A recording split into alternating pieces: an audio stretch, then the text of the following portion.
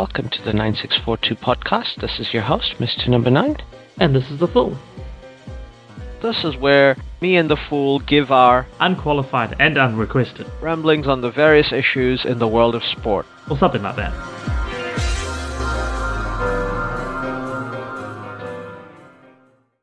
Hello, everyone. Now, this is possibly a podcast we should have done much, much earlier in our podcasting career, but I think just to make our biases and opinions on sports, you understand where they're coming from, and so you can analyze what we're saying critically and things like that.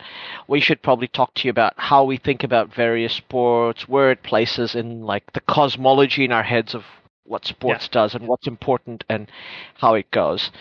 So we're going to go with each of our fandoms, what we like and what teams we like, and also what sports we really like, what sports we've played and what sports we've done. So I will put the floor up to you. Let's start off. What would you say are your sports that you like and sports you've played and enjoy playing? And at what level? I guess football's, for me, has always held a pretty special place in my heart. Played it when I was young, played it through junior levels. I did stop and then start playing hockey, which obviously is the sport I play now. And, I mean, I was never very good at soccer or football, so not that I'm great at hockey either, but I've always stuck that. My dad played hockey, so that was it. My uncles play soccer. But that's one of the soccer heartlands of the country in Pukekohe. Yeah, exactly. And they both moved to Christchurch and continue playing there, those two uncles. So, but yeah, I grew up. They were big English football fans as well, so grew up with Liverpool games on all the time. So that was sort of all through the 80s. 80s child of Liverpool games. I was the original fanboy. Look, they win everything. That's the best team. I'll follow them. And then eventually I sort of found my own way to Chelsea. Sort of when they weren't really winning anything, but they seemed cool. And they were all blue. And so, And they have a big lion on their crest. And they have a big lion. Yeah, how can you not go wrong? So football's always been there, pretty much the top for me. And then cricket was the summer sport for me. And I mean, that's what we played at school. Once again, the 80s, so you had Hadley and Crowe and all the rest just dominating the world game as well. So you always had fun things to watch on TV with the cricket over summer. I'm saying, and whenever it was the summer terms at school, that was what you played. You went down the field, you played cricket. And the winter ones where I was, say, Pukekohe, nice football heartland.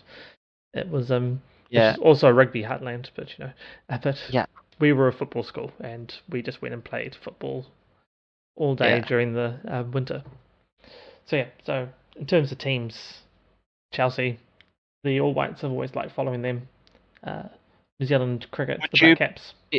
Would you say you're a Chelsea fan first or an All Whites fan first? These days, probably a Chelsea fan first, but it's always been pretty close. Back when I was a child, and even in teenage years, and even probably through into uni, I would have put myself as an All Whites fan first.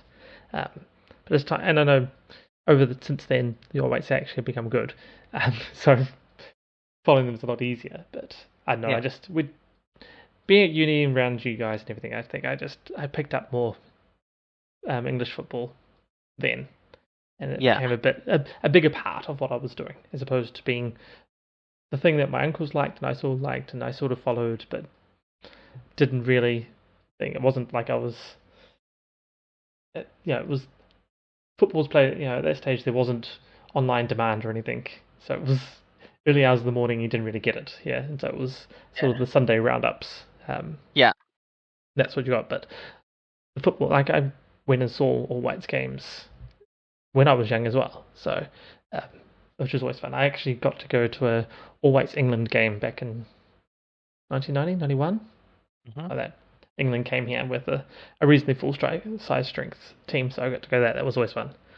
So So yeah, I've always been a football and a cricket person. I mean, I am a New Zealander, so the All Blacks come fourth in that list. They come fourth. Like the All Blacks So playing, if I've watched I it. were to rank it for you, you'd go Chelsea, All Whites, Black Caps. Now I have to ask you. I know you put the All Blacks fourth. Are the Warriors below the All Blacks for you? Probably just, but That's close.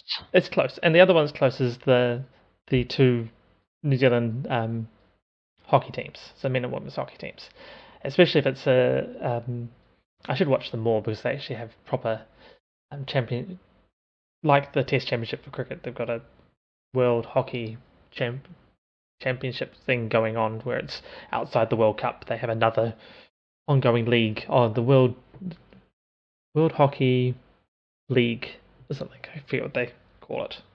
But yeah, so between the All Blacks probably come first, and then probably the Warriors, and then probably the two New Zealand hockey teams.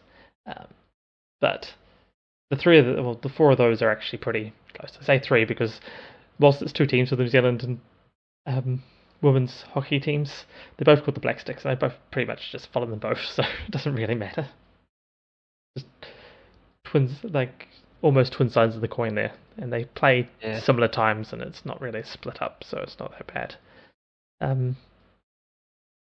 But yeah, would you have any strong sporting allegiances outside of that? Or is it below that, do you get things like your casual allegiances, like your so-called Buffalo Bills fandom? No, I would actually put the netball in there. So I've always Silver Ferns, yeah. Silver Ferns, Northern Mystics, like they're my one Auckland side that I really support. Like I'm not coming from counties, never really supported Auckland teams except the Mystics. Mystics I support. Oh yeah, counties. Where do they figure in your loyalty? Well, to be fair, counties is top loyalty. Doesn't matter. Like counties rugby team, counties hockey team, counties. Is counties above All Blacks? Do you want to readjust your list now? Well, yeah, I forgot to stick that in. Like really, counties comes first in whatever sport it is. They're sort of don't really get counted because it's there. Like, is there some random sport where there's a counties team playing? Well, I'm supporting them in that. Whatever that might be. Tic-tac-toe championship, there's a guy from counties. I'm supporting him in that. Doesn't matter. So it's sort of it is a fandom as such. But it's sort of to me it's not I almost wouldn't count it as a sporting fandom, despite the fact it is a sporting allegiance. Yeah, I understand. But you'd put Counties Manukau rugby team above the All Blacks, though. The national, the Air New Zealand. Yeah. I probably would. It's a little because it's counties, but then it's rugby, so the All Blacks sort of count high in my rugby standings. So it's a bit. Fair enough. Do the Chiefs count at all? Do they break into your top 10? Do you think they do count, and they would count as my third rugby team? So, and I don't claim that this makes sense. That counties is my top allegiance out of everything. But then when I split into sports, the counties team has become below the New Zealand team. That's just how that works in my head. But yeah, so it would probably go All Blacks, counties, Chiefs. Because Chiefs is part of Waikato and rest come in. So let's reevaluate your rankings then. So we're still sticking to the All Blacks at fifth. At fourth, and you still have the Warriors at fifth, or do counties move into fifth above the Warriors? The Warriors really depends on which part of my life I'm talking about. Overall, I think they stay at fifth because they have fluctuated throughout in importance to me. But I mean, I've been there. I've been a fan since day one. And to be fair, of all the teams you can go to watch domestically in the Greater Auckland region, Warriors at Mount Smart is probably the best atmosphere. Yeah, hands down. To be fair, out of all the teams I support, I've been to the most Warriors games. Yeah, I've been to many lots when I think about it. And I've been there since might have been about the second or third year of their existence. I didn't go in the first year, but I think the second, might have been second year. I went to a Warriors Broncos game. I think in the Yeah. second year, maybe. Yeah. Fingers crossed they get to play back at Mount Smart where they belong. Where they belong. It'd be very exciting. So yeah, the thing is for me, once you get it, yeah, once we get to the rugby teams, it's a little blurry on exactly how they line up. Um, so yeah, I would say the All Blacks here go first, and then probably Then Counties, Warriors. Probably Counties and Warriors. The Counties, then Warriors, and then Chiefs. Then Chiefs. Or then the hockey teams, then the Chiefs. No, then the Chiefs, then the hockey teams. I mean, the hockey teams have a special place for me, but I don't watch them as much. B, they're not on TV as much. Though I say the World Hockey League thing that they've got now is actually on Spark Sports, so I should watch that more. So I think that does your top. I think that does your top 10 then, because you've got then and anything Chelsea, missing... All Whites, Black Caps, All Blacks, Counties, Warriors, Chiefs, two hockey teams, Silver Ferns. There you go. Yeah, if there's anything missing, then it's the two netball teams, but yeah. Yeah, say the Mystics get an honourable mention. Equal if you want. The Mystics, Northern Mystics, can be an honourable mention for being the one Auckland team I support. Not even the Breakers? Okay, also the Breakers. And actually, to be fair, Auckland City Football, but you know. Oh, Auckland City Football, how could you? I'm sorry. Well, I come from further south. Waitakeri's way up here. I've come up this way now. I should really change allegiances, but... Yeah, given Waitakere FC is I don't mind if you don't support Waitakere United or Waitakere City United, but Waitakere FC, they're our local. Actually, they're going to be my local because my son wants to start football, so we're going to be West Coast Rangers now? Yeah. Is it West Coast Rangers? I thought it was Waitakere FC United. No, West Coast Rangers now. Now, okay. Yeah, well, at least for the kids, that's what they call them. So. Okay, fair enough. Okay. So, with me, sport, I think it's very, it's different growing up, because I didn't grow up in New Zealand. Born in Bangladesh. I moved to Brunei when I was 5 years old, and then I moved to New Zealand when I was 17. I've lived here ever since. So that kind of colors, sport is not as big, or at least wasn't as big in the early 80s in Bangladesh.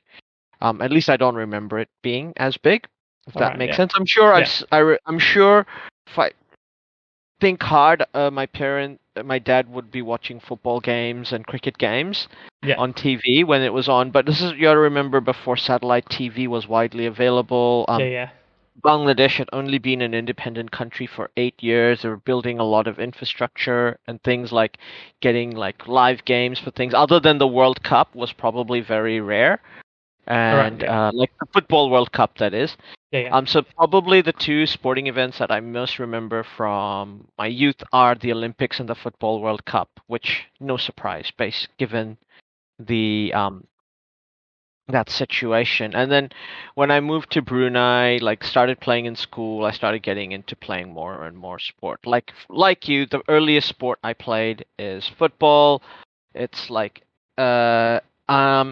I kept and I played, and I loved playing it at school. We got to the point where at school we couldn't get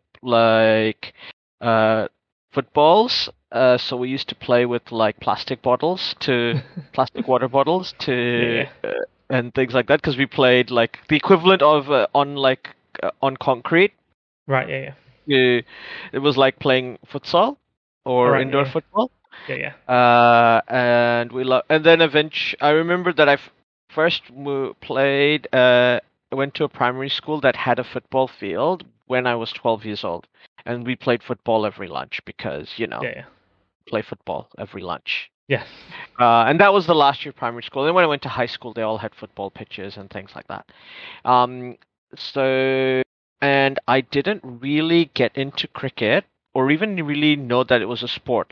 I went back to visit Bangladesh when I was 8 years old, and I distinctly remember that they told me to bowl to my cousin who was batting, and I think with the very first delivery I ever bowled, I got him out.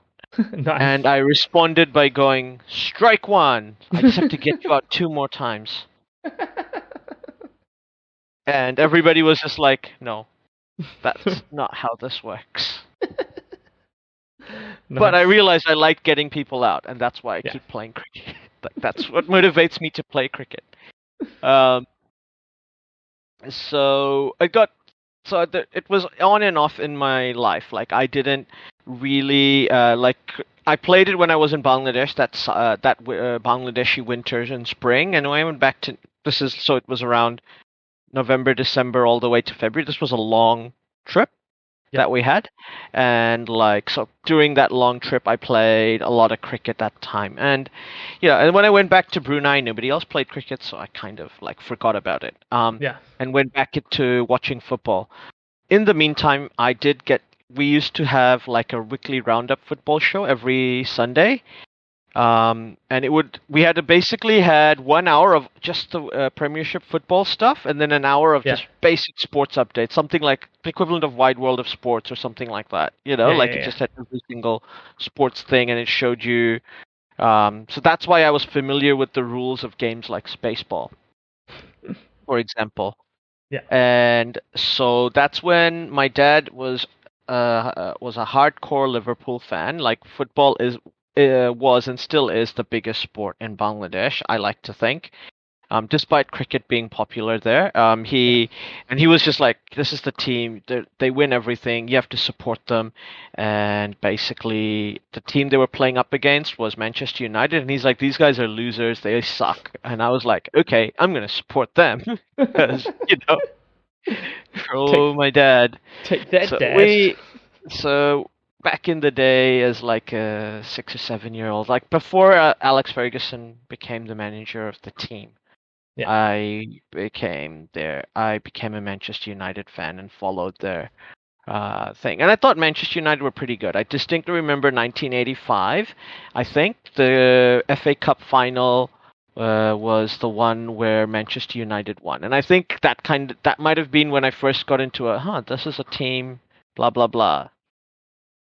Or it might be 1986. But it's one of those FA Cup finals that kind of got me hooked. Like this was, I think, the first match that I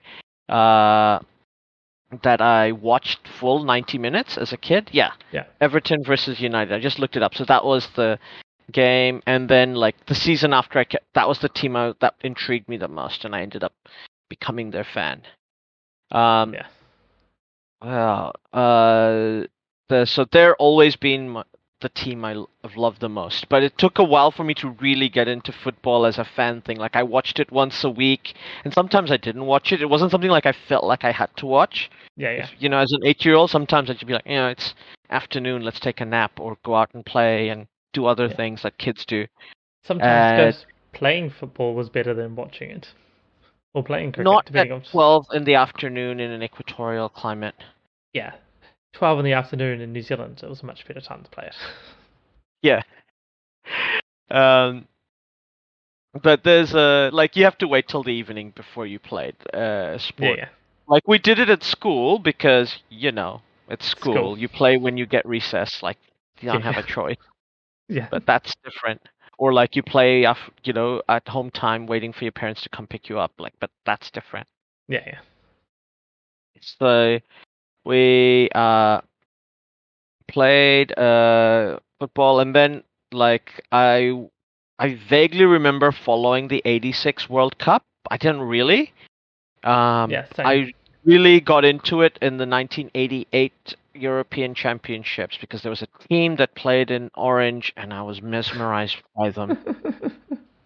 And I have been ever since. Like, I love the All Whites, and they are the team I go to. Would always be wanting to go to games to and follow. But I think if there was ever a World Cup final between the All Whites and Holland, I would have a really hard time deciding which team to support in that final. This is the team I've always supported. I didn't even understand Bangladesh had a football team. Like, that's how young I was. It didn't occur to me later on the teams in the European Championships were all European. Like, yeah. Like, so that's those are so you can imagine Manchester United were probably like are obviously my number one team, and they're the first team I supported. I really got into cricket, started following the sport after the '92 Cricket World Cup in New Zealand and Australia. Like, I wasn't here, I hadn't moved to New Zealand yet, but I went on another holiday back to Bangladesh during the World Cup time, and I basically caught New Zealand's run. And we into the semi-finals, and then like in the semi-finals, because Pakistan beat New Zealand, who I was supporting because I thought they were playing incredible, and everybody was like impressed by how well Martin Crowe was playing. He was he became the first cricket player I really liked to watch. Like, I'd be on TV, like, wanting to see what he was doing, and getting interested in watching a sportsman, like one of the first I can remember. And we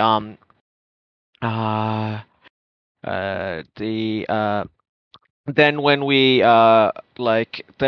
New Zealand lost to Pakistan in the semi-finals, like, I was still a kid. Like, nowadays, like, I can respect what the Pakistani team did in that World Cup, and like, it's such an incredible performance by Inzamam ul-Haq. Like, there's no shame to losing to one of the great cricket performances in like the World Cup history, right? Like, that innings from Inzamam is legendary for a reason. And then, like, so I supported England in the finals, and like, I thought England were winning until Wasim Akram bowled that magic spell. And like, even then, back then, I was like, the team I liked lost again, and I couldn't understand it. But nowadays, I respect, I've learned to understand and respect that craft and that beautiful performance from Wasim Akram. It's like one of the great World Cup bowling performances. Oh yeah. So and I didn't even know we were going to end up moving to New Zealand. That wasn't a thing that was on our radar back then. Like, we were, in an alternate timeline, there exists one where I didn't move to New Zealand and I was in Australia instead, or because my parents were looking at countries where we could immigrate to, or Canada for that matter. Yeah. It's really, so it's just, eventually we ended up in New Zealand, and like before I ended up moving here, like, I knew by the '96 World Cup that we were going to move to New Zealand, and New Zealand became my team. Like, I moved to New Zealand in 1997, and we had gotten all our immigration stuff approved to move to New Zealand in 1994. We were meant to move in 1995, but my dad got like a contract renewal for another 3 years, so he was like, money, may as well. And, actual job, and actually go after that, and which made sense. Did make sense. And so moving to New Zealand, I took to rugby and rugby league very quickly. Like, they became sports. As a side note here, after the first Olympics I properly followed was the '92 Olympics, and a big reason for that is the Dream Team. And there was a player in the Dream Team that I absolutely fell in love with, who's Charles Barkley.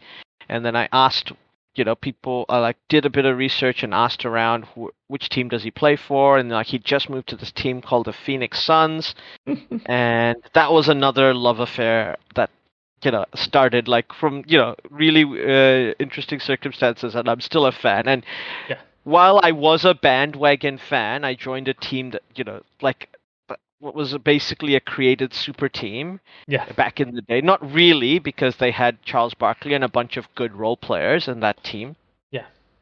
The fact is, like, they were one of the teams that got a good player in free agency, had lots of money and things like this, and and I ended up following a team like that. Like, my only counter is that I joined a cool bandwagon rather than joining the Lakers or the Celtics or the Knicks or the Bulls bandwagon. I agree with you. I mean, I joined the Suns bandwagon about the same time as well. There was a couple of friends and I that, for pretty much the same reason. Well, more one of my friends really liked the same thing, like Charles Barkley, so they all got on. He got on that, and he was the cool one, so everybody followed him. Fair enough. And once we did the band the once I got on there, they were like one of my teams for life. So at the moment, like my top team is obviously Manchester United, followed by the Black Caps. They're like the team like so invested in and so follow, Yeah. and like just because I so deeply love those two sports, cricket and football. The third team, just because I've been a fan for so long and through some terrible times, but still invested, is the Phoenix Suns. Yeah. Like, and just how much do I invest in their merch and shit like that? Like over there, so that's there, and then probably it's probably the Dutch football.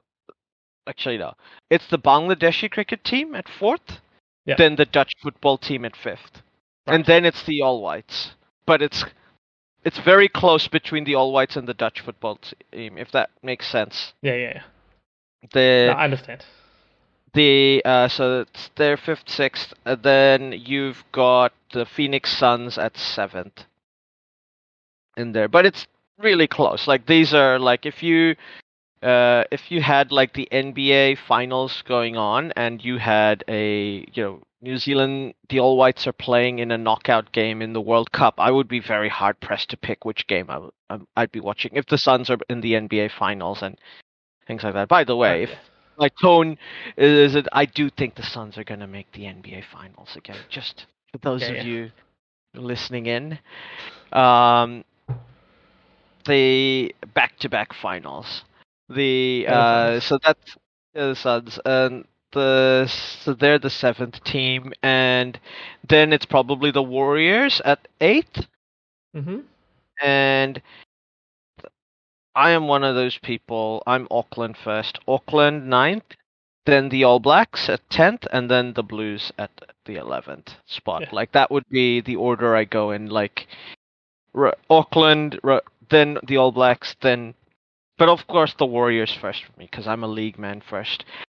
Actually, no. To be fair, after the maybe Auckland and then the Kiwis, then the All Blacks, then the Blues.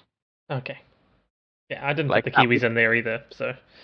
But yeah, like the Kiwis are probably like if we're going that like that basically I think puts the Kiwis on 10th and then the All Blacks 11th followed by the Blues. But they're all very close, but I know I would if it came down to it if there's an All Blacks test going on and a Kiwis test going on, I am watching that Kiwis test. Like I know that what I'd be watching and what I'd be looking forward to going to if I had a choice between two tickets. Yeah. Well, meanwhile, I'd probably choose the All Blacks over in that scenario. I mean, it would depend. Like, if the Kiwis are playing if the Kiwis are playing the Kangaroos, no chance I'm going to a rugby game over that game. But if it's the Kiwis are playing Lebanon and like the All Blacks are playing like a good team like France or England, like I'm not even saying Wallabies or South Africa. Obviously, that's a given that I would go to the rugby game. But yeah. Yeah. I mean, same. Yeah, it depends a bit on who it is, but in general, that I realised when you were talking that I did miss out one team, so they can just go as an honourable mention because I have always followed Argentina at World Cups and such as well. Yeah, so.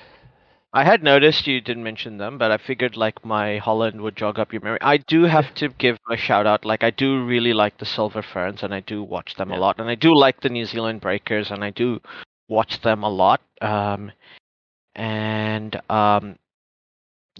those are the other guys that I probably also follow. Yeah. Like, am I missing anyone in my thing? I'm just. There's always people you're missing. Like I was just thinking with Argentina, part of that is that it's a fandom once every 4 years. When the World Cup's on, then I'm an Argentinian fanboy. Like that's just It's a World Cup. The things we watch the Argentine games, which makes it fun in my household because my father-in-law is very much a Brazilian fan. And interesting enough, we both he really hates Argentina, for much the same reason why I really love Argentina, and that's of course Maradona. Yep. Well, my dad really loves Argentina for the same reason. Maradona. Though it's a very divided. It's very intense and violent in Bangladesh World Cup time between Argentina and Brazil fans. Yeah. I am neutral in that rivalry. Any Bengali listeners, do not put me in your toxic fandoms. I think there's also teams like I guess the New York Mets, who I also like and follow a lot, even though they're horrible to follow as a team. I mean, instead, I like the Suns, as you've mentioned. I like the Buffalo Bills. Also, like I the don't Red have Sox. an NFL team that I like. I like a lot of players, but I tend to like go with my thing of like I'm gonna follow three teams. I'm gonna see what their storylines are like. I think NFL is a sport I've learned to like agnostically. Yeah. And like I don't think I would choose to quote unquote like a team, if that makes sense. I know what you mean. I mean, I'm not a huge NFL fan, but I guess it's always just been, and that comes from my uncles and my family and everything. It's just you choose a team. Like even if you like don't really care, like just choose a team. It doesn't matter. You've chosen your team. That's who you're supporting for this game. So it always seems to end up that way. For a something, there's a team like, I'll have. Much in the same way that I like the Mets, I do really like the Essendon Bombers, though they've been terrible for a long time. Oh yeah. But well, the first time I ever went to Australia back in '94, and I first visited Australia before visiting New Zealand when we first came here. I was in Perth, and for some reason I watched a game of Essendon versus the West Coast Eagles because those games were like Eagles games were played on TV in Perth. Yeah, that would be. And I just liked Essendon. I don't know why, but I and like now they're the team I like to follow. Yeah, I mean, once again, AFL, choose a team, and for whatever reason, I have always liked St Kilda. I mean, they are a traditional. So there is a team I gotta say that it's not. This is not actually a. This should be an actual honorable mention. They're not a casual. I sort of like and I follow. Yeah. Thing. This would be the Bruneian football team. Whichever team that happens to represent Brunei in Malaysia or Singaporean football competitions. So back in the day when I lived in Brunei, there's a competition that it's one of the oldest in Asia called the Malaysia Cup. It used to be called the Malaya Cup, and it's been around since 1920. And it's basically Brunei and Singapore used to field teams in that, so I always used to support the Brunei team. A couple of years after I moved to New Zealand, they finally won the Malaysia Cup. Oh, nice! Like after years of being like wooden spooners, and I used to still support them. And then they're still the only team from Borneo to have ever won the Malaysia Cup. So that's a historic victory. They also then went like obviously that systems change and things like that. So the successor of that team is this team called DPPM, which is a team owned by the heir to the throne, like the first son of the Sultan, right? Who also used to play for the team before. Yeah. So he owns the club, and they did represent, did play in the M League. Actually, went as far as the semi-finals of the Malaysia Cup.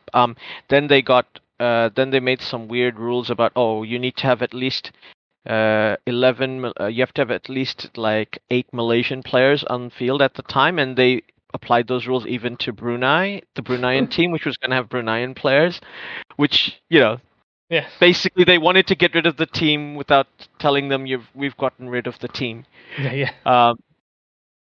So they joined the Singaporean league, and they won the S League in 2018. And before this team joined the M League, they were part of the B League, the Brunei League, and won that as well. So they're one of the few teams in the world to have won the national championship of 3 different countries. Nice. And they're back in the B League, and they'll probably win it again this year. Because of COVID, the season in Brunei itself was cancelled, the Bruneian League, which is the B League. It was cancelled due to COVID, and they didn't restart it in 2021, but it will be, or at least it's current. I think it's currently going the 2021-2022 season. All right, yeah. And I believe they are poised to win that competition. Oh, nice. So yeah, so that team and its successor team DPPM it has a special place in my heart. Yeah. Start again.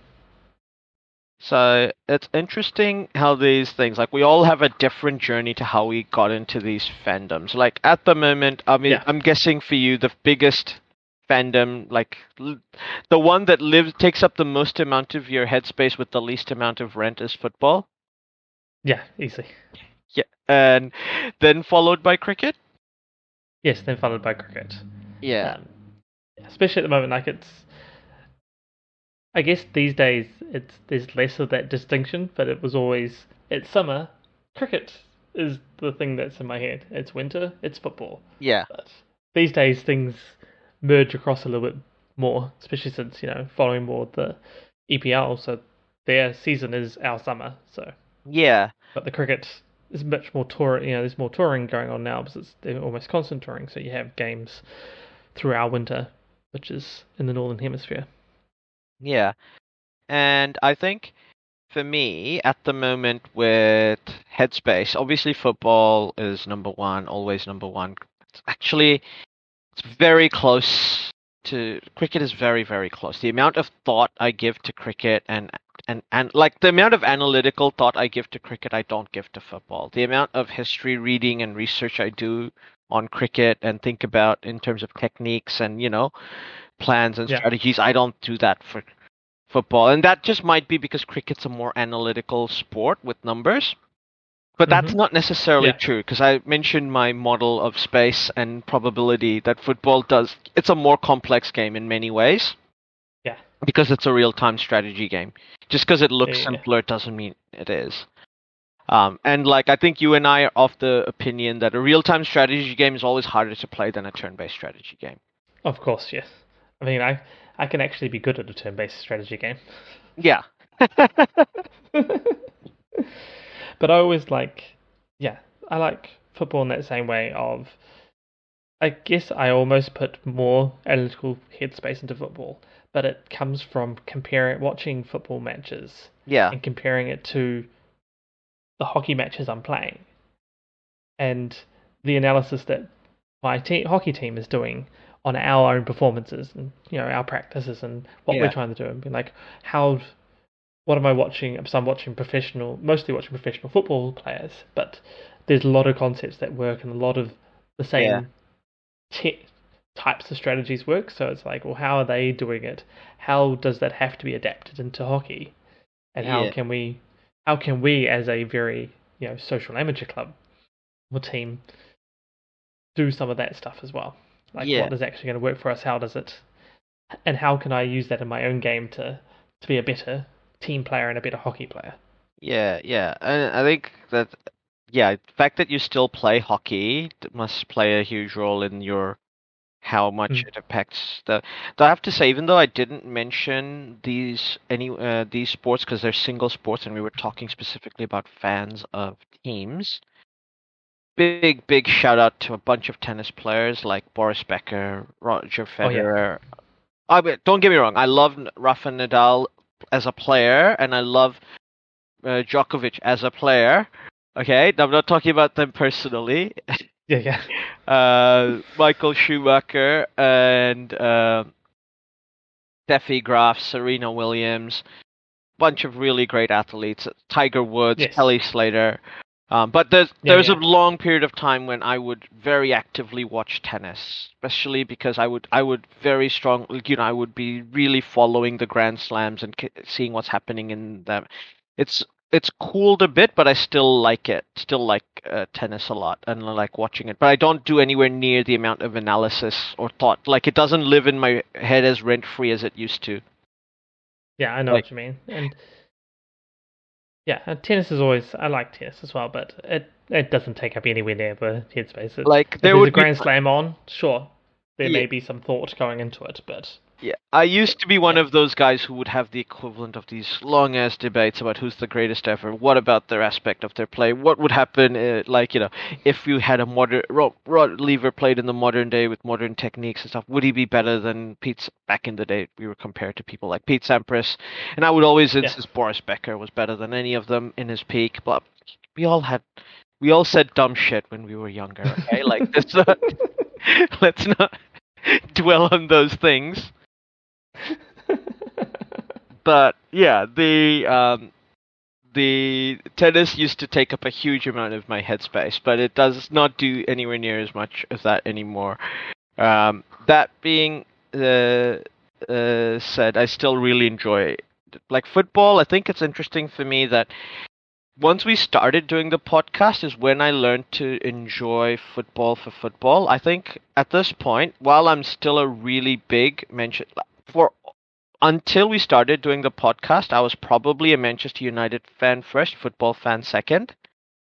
All right, yeah. If that makes sense, like I would. Yeah. Sure, I would watch other games because I liked watching football, but I was a Man United fan. I would watch a boring Manchester United game over an exciting other game because that was my thing. Whereas now I'm very much a football fan first. Like I analytically love thinking about football, and and like I really really love watching good teams play, and I really like it when I have no dog in the fight. Like I've got no skin in the game, and I can literally just look at the sport, look at the game purely analytically, and like I think I still find it hard to do that in cricket in a lot of times, but I can do that with football. I can do that. Obviously, I do that with NFL already, and I can do that. I can do that with basketball. But yeah, for cricket, it's a bit harder for me to do that. But I still do like some series I will. Like obviously, I can watch an Ashes series, no skin in the game. I can watch a like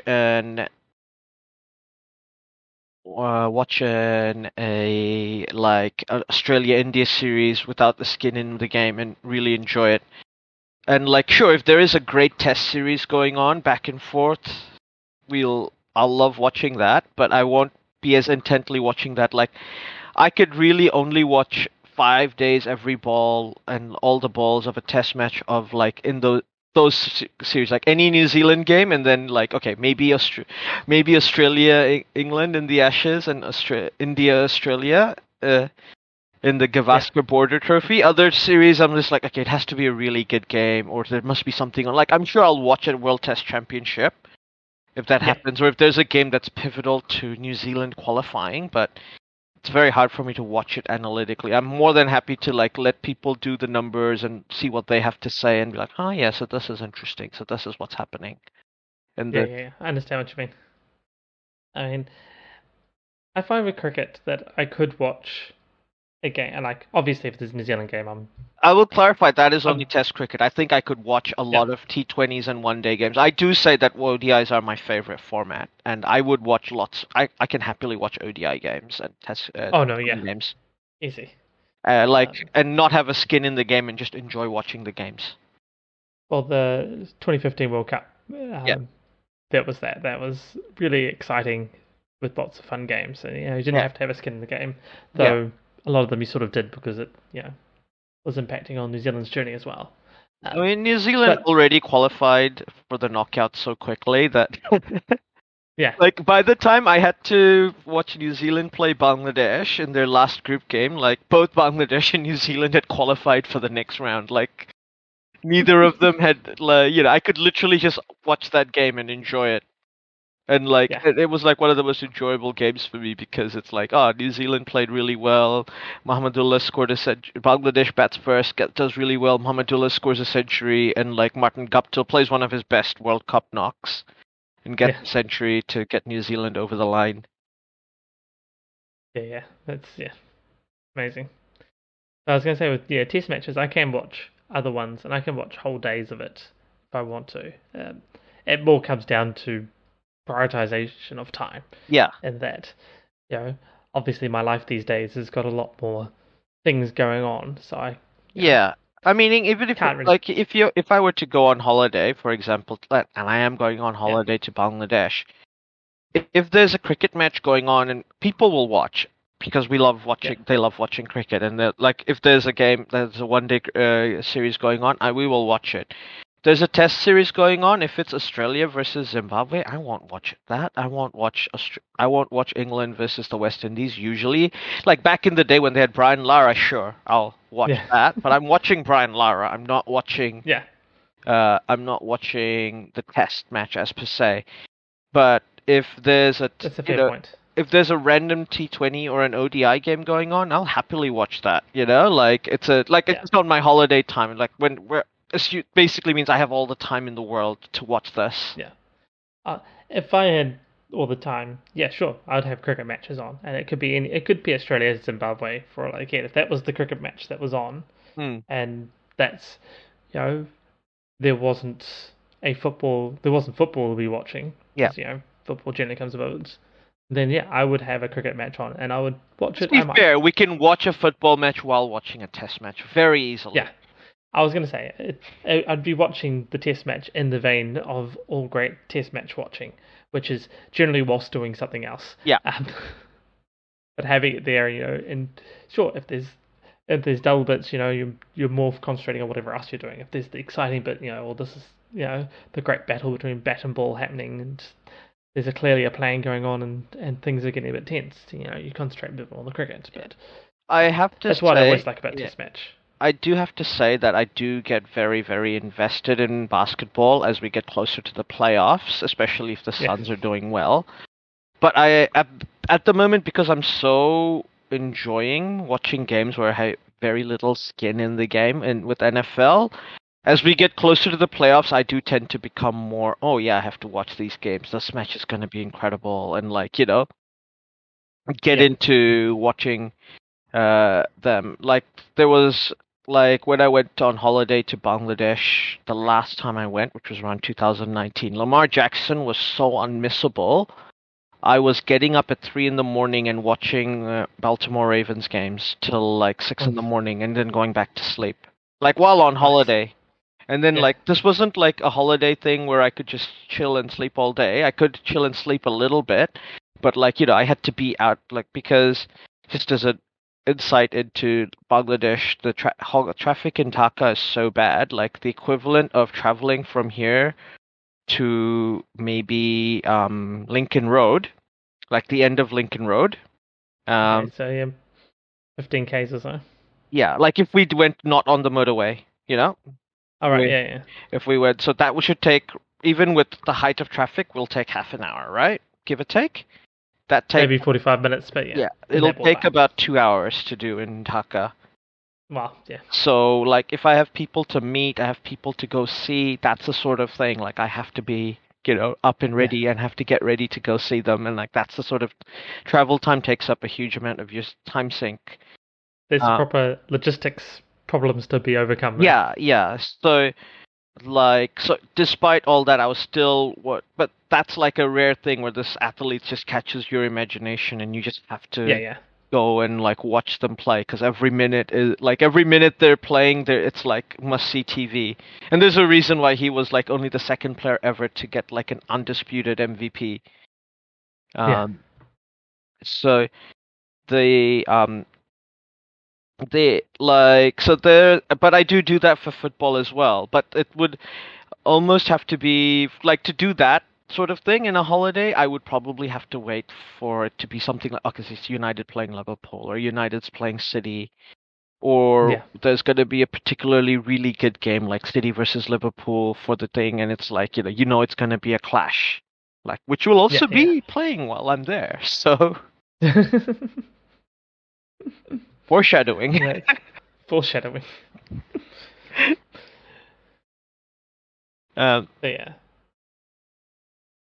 if you were to do the same, you were on a holiday for 2 weeks and you're in New Zealand, what are the sports you think you would like? I know World Cup football we will get up early to watch. That's a given.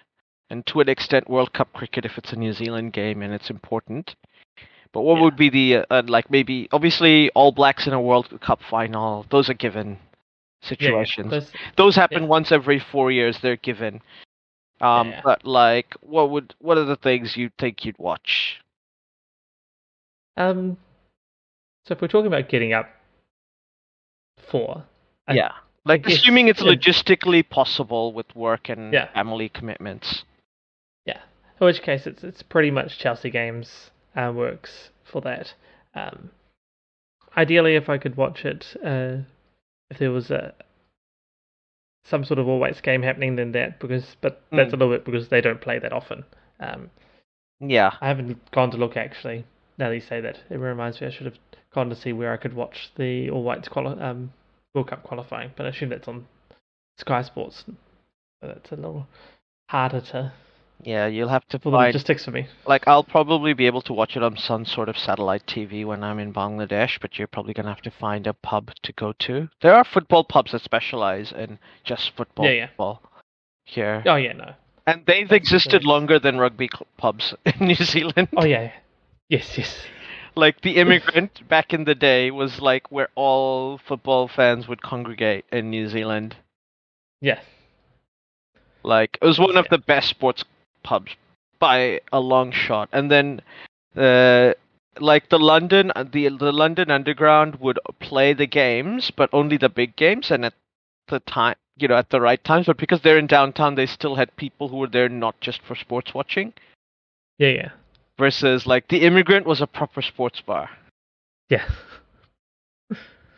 But you're right, yeah. The original sports bars were football bars. Only later on when in New Zealand, anyway. I don't mean everywhere else. Yeah, in New Zealand. It's only later on in New Zealand where people were like, wait, we can also show the All Blacks games as a thing, like as a central part of the bar, as opposed to there's an All Blacks game on, so we just stick it on a big screen. There's this great bar I went to in Hong Kong, so if you ever go back that way, I strongly recommend going. It's in Wan Chai, of course. It's called Amazon. It is a proper football bar, but they really like rugby. Like, I was there, and I managed to catch a New South Wales Country versus New South Wales City game. And there were a bunch of rugby league fans sitting there watching with me. And yeah, sure, there were a lot of Aussie expats, Kiwi expats amongst them. Yep. But like, there was a bunch of like local Hong Kong people, like intently, probably because they gambled on the games or whatever, but they were watching it hardcore as well. Nice. And like, this was the big game playing, and in another corner there was an AFL game going on, but it wasn't an Essendon game. And also, like, priority of order for me, like rugby league trumps like AFL. Yeah. I'm sorry. Yeah. But yeah, it had all the football codes. There was NFL games going on. There were soccer games playing in late, like, in their schedule of games to watch that you could see. Right. All right, that's pretty cool. I just remember that one, as you say, when we're next back. Not that I know when we're going back, but at some point. Yeah. But yeah, in terms of getting up, Chelsea games are almost there. All white games are guaranteed there. When I was younger, sure, it would have been, and probably now, like World Cup games, whether that be cricket, football, union, or league. If I've got nothing better to do and there's no else calling my time, sure, I'll get up for World Cup games, but I wouldn't get up. Probably might get up for an All Blacks game, depending on who it was. I did get up to watch the All Blacks versus France game in 1999 when our first year of uni. Yeah, I was up for that one too. And whilst it was a good game for a neutral, watching France be spectacular, I still not very happy. Literally was like, man, John Olomu played so well in that game, only for us to lose. Yeah, exactly. Just to have France be ridiculously France about it all. Yeah. That's the sort of game that only France could do, like, in that situation. Yeah. And to be fair, France are our kryptonite in Rugby World Cups. I was just saying. We're also the team that we beat in finals for some reason. Yeah, we're also their kryptonite. Yeah. I was going to say that the 99 game is almost harder to stomach for me than the 2007 game? Yeah, the 2007 game, I think like before halftime, we were like, yeah, France is gonna win. But like 99 game, like after halftime, like, yeah, we've done this. We're gonna win this game. Yeah. And then France came back. Yeah, the 2007 game, just as you watch it longer and longer, you just knew like they can't do it. The All Blacks this is not going to happen. This is one of those games where it's just not happening. But yeah, as you say, the 99 game, because it seemed so cut and dry, and then it was just so spectacular France that you're just like, why? Cool, but why? Why did this happen to us? It was unfortunate that there's like in the 2015 Rugby World Cup, 2015? No, not 2000. Yeah, 2015 Rugby World Cup I was in Dubai when that was happening, and like I came back just in time for the finals. Like the week I came back, the week after was the finals. But I came in like we're the quarters against Ireland, and I was supposed to go out and watch that game, and which was going to be a big game and everything, and then I got sick. And we were like, better not go out because we're gonna travel next week and get back to New Zealand. Yeah. But that would like the sports bar situation in Dubai is pretty good to watch football games and things like that as well. Yeah.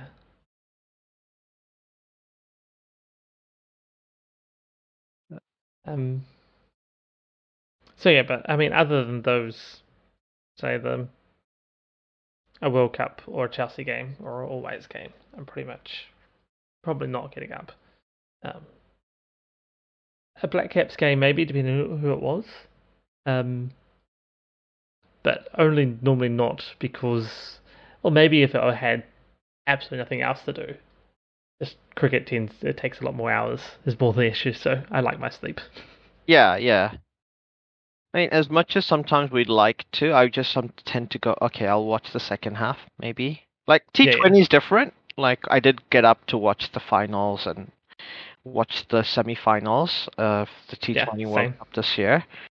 But, yeah, if it was a one day, I'd be tempted to maybe only do the second half. Yeah. But probably not. I'd probably end up watching because I did watch the 99 World Cup all the way from beginning to end and then go to work. Like I literally stayed up and watched it and then went, yeah. I was just like, yeah, I'll do an all-nighter. It's fine. And to be fair, I can do an all-nighter if it's a planned all-nighter. It's not about the physical stuff anymore. It's like the mental thing. Like just go and get and I think I did drift off a few times while watching that game, even though it was super intense. I went and got lots of coffees and the thing break. Cricket, you can do that. Get lots of coffees, keep yourself motivated. The 2019 World Cup final, same thing. I stayed up all night and watched that, and then all the way through. And I think I actually worked the next day, but I worked from home, so it wasn't so bad. Yeah, I work from home too. Yeah. And then I decided I'm going to go into work because I felt like too energized. You know, sometimes after an all-nighter, you feel too energized. Yeah, I know what you mean. Yeah. I did like that one because, it was a few days before, but I'd done sort of 2 half all-nighters with the semi-final for New Zealand-India. The greatest game over 2 days. Yeah. One ODI over 2 days.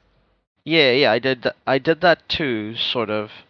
That was really good because that was the one where the same thing. I was like, I'll watch the first half and then I'll see how I'm feeling. When it first started, and then you got through the first half and it gets called off, and then they come back next day and like, well, I guess I'm just doing 2 first halves now. This works. Yeah, and I initially thought of the World Cup final that if I just want to watch New Zealand bat, and then afterwards I'll see how we're going against England. If they look good, I might just call it, and then, because England's going to win.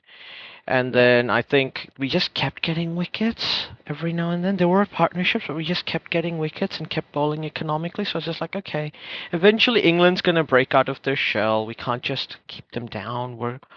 It's coming. And then when it was like at the 30th over, okay, I may as well see it to the end. It's already 30 overs into this. Yeah, exactly. into this now. Like, what's another couple of hours at this point? Yeah.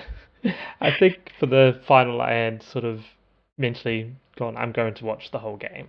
So Yeah. I'd sort of prepared myself for the all-nighter thing and been like, it's just what I'm doing. I'm watching this. But I was also prepared that I may fail at it. I think I told my wife that. It's like, I'm going to stay up and watch the thing. She looked at me with that look of like, you are, I see. Like, yeah, I know I may fail at this. But Yeah, as you say, because the game just sort of had just enough interest so that you just always like, oh, a little bit more, there's a little bit more. because we had a TV in the other in the second bedroom in our old house, and we which is where I was watching it, and I set up this thing to um watch a stream on the TV, and yeah. So like at some point my wife went to bed and fell asleep. Like obviously kids all went to bed and fell asleep, and I think she got up around 5 or 6, and it was still going on, and I was still watching, and she's like, "Are you still up?" Yeah. And I was like, "Yep, yep. This is like the fifth cup of coffee, fifth jar of coffee I'm having. I'm fine." Yeah. I think I had a similar conversation with my wife. Oh, I see you made it all night. Like, yep, I did. Interesting. Like, Continued on. Yeah. And then obviously, like after that final, the super over, like you just it's just like something you'll never forget, and you're just like, yeah, I couldn't go back to sleep even if I wanted to right now. No, exactly. I was actually at the point where I was just like, okay, breakfast, let's go. Like I actually had breakfast before super over, and I was just like, I'm suddenly hungry again. I'm gonna go eat some more. And I'm just like, I should be tired, but I'm not. I'm just gonna work now. I'm just gonna power through. And apparently, like at work, people were like watching it on a big screen and everything. Because I think it was about 7 o'clock our time when the Super Over was happening. 7 o'clock, 7:30, sort of time. Yeah, I feel like a little bit later, maybe even 8 o'clock. Yeah, you're right. I feel like it was 8 o'clock. Yeah, I feel it was actually fairly late. But... Yeah, I think you're right. It was 8 o'clock because I did tell my work I could be late because we're watching the cricket and I'll start a bit late, but and they were like, yeah, that's fine. They were like, yeah, shut up. Super Over's about to start. Yeah, no, I told them like beforehand, Yeah, like, they knew. Yeah, I know what you mean. But yeah. And I was working from home, so it didn't matter. And I was like, oh, I'll come in later in the day, like, but because I'm gonna watch this, I'll come in. I think I had the same conversation with my boss, who's also a big cricket fan. So he's like, yeah, I'm doing the same thing. So, like, if things go badly, we may not be at work. That's fine. We'll see how we go. Yeah, I am a bit disappointed from an NFL perspective that we're gonna have to look at taking annuals if we want to watch the Super Bowl at a place again from now on, instead of like, oh yeah, it's a holiday, we just go into town and watch it. It was nice that it was timed that way previously, but as you say, you have to make our own holiday now. Yeah. Oh well, it's alright. It's once a year, and then Champions League. Yeah. But the Champions League has moved to Saturday, so that's balanced it a bit. I did hate the fact that it was on Saturday, because I always felt like that was wrong. It should always be Wednesday. Champions League should always be midweek. Yeah. It was nice. I always liked the nice tradition we had of that Wednesday morning when it was on to get up, or Thursday morning when it was on to get up, come in early to town, watch the game, and then go to work. That was a fun little thing. It always felt a little like Saturday mornings. You say it just feels a little different. You just think, yes, it's it's difficult to commit, right? Like when you have kids and stuff, they have Saturday things to do with them. Like I can't commit now for Saturday mornings. Like Saturday mornings is kid stuff. That's it. You want to do something Saturday morning? I'm sorry, that's not happening. There's kid stuff happening. Yeah, absolutely. Or like if I were to do it, I would have to be like, okay, 3 weeks in advance, we're planning to go Champions League. It's gonna be this, blah blah blah. Yeah. Well, I think that's as good a point as any to end on. Well, I hope you all do well and take care, and thank you for listening. Catch you next time.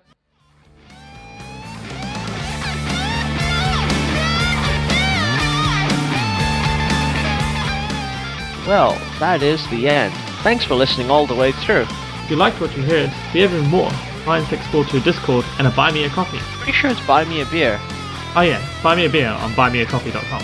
In both these places, you can talk to us, and we may even listen, especially if you do buy a said beer or coffee. I might still be confused. Yes, we're easily bribed. All links are in the show notes below. Don't forget to like and subscribe. This is on YouTube.